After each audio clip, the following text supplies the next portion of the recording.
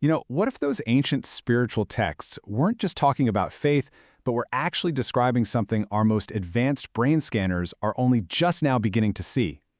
Today, we're diving right into that fascinating intersection. What's really going on inside our brains during those profound spiritual moments, and how it might connect to abilities described thousands of years ago. Let's get into it. It's the big question, right? The one that sits at this incredible crossroads of faith and biology. For centuries, what was happening in the brain during a spiritual moment was a total black box. But now, with modern neuroscience, we can literally watch it happen in real time.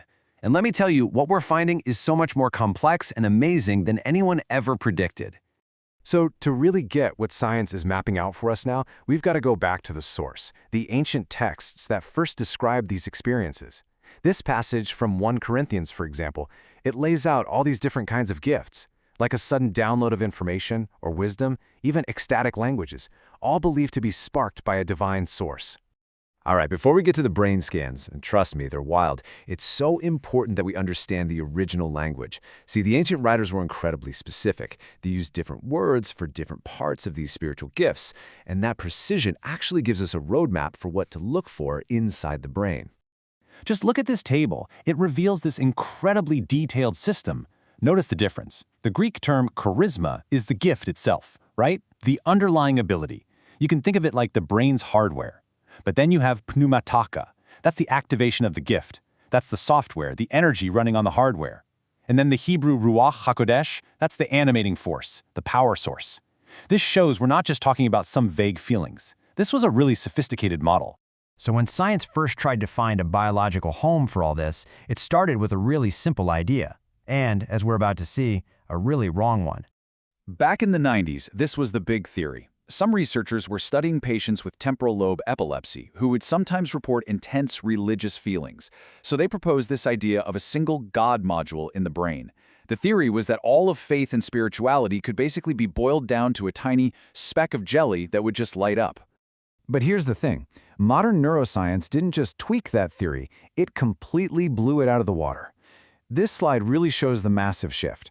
We went from thinking about a single, isolated spot to realizing that spiritual experiences involve these incredibly complex, synchronized interactions across the entire brain.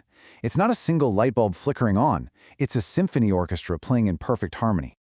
So if it's not one spot, then what is it?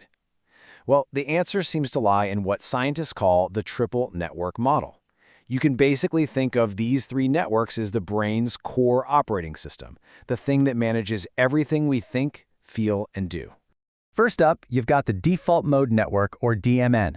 Let's call this the brain's storyteller. This is the network that's running when you're daydreaming, thinking about yourself, or trying to figure out what someone else is thinking. And in a spiritual context, it's what you use to reflect on God's intentions. It's literally weaving the story of your life. Next, there's the frontoparietal network, the FPN. This is the brain's CEO. It's all about logic, focus, and top-down executive control. So when you have a spiritual experience, this is the network that kicks in to analyze it, make sense of it, and try to fit it into your existing belief system. It's the part that keeps things organized. And finally, we have the salience network, or SN. This is the brain's crucial switchboard. Its job is to decide what's important enough to get your attention. When a spiritually significant moment happens, the SN is what flags it as, hey, pay attention to this. And then it directs the traffic, telling the storyteller and the CEO when to fire up and when to quiet down. These three networks are in this constant dynamic dance. Okay, now for the really cool part. Let's take a look at how this whole three-network system actually maps onto those specific spiritual gifts we were talking about from thousands of years ago.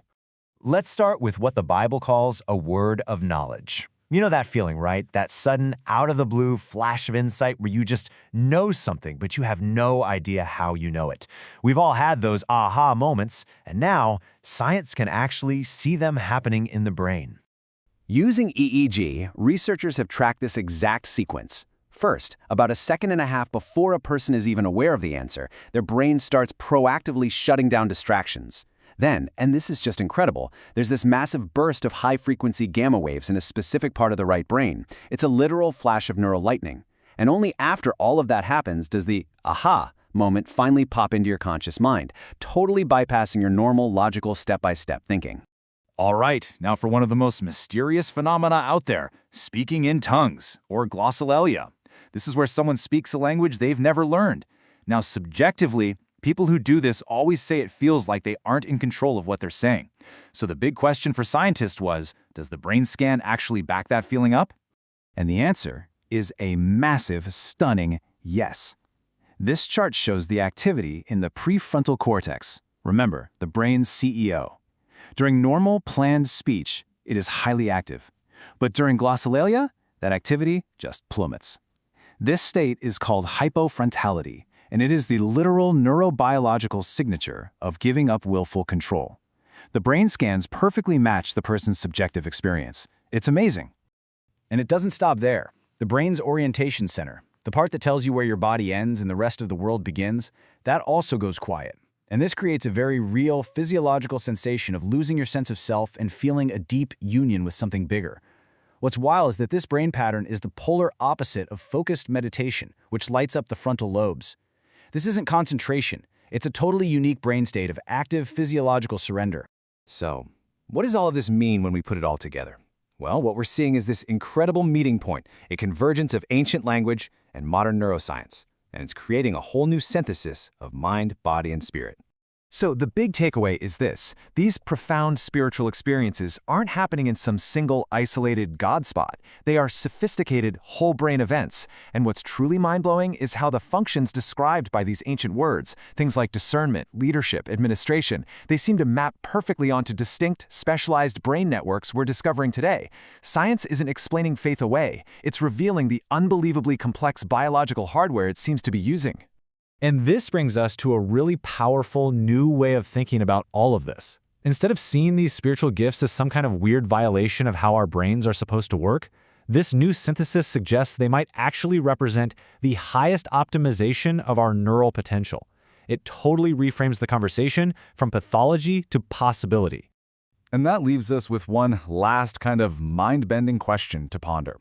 If our brains, the most complex structures in the entire known universe, have this deep, intricate, and profound capacity for spiritual connection, what does that really say about who we are and what we're all truly capable of?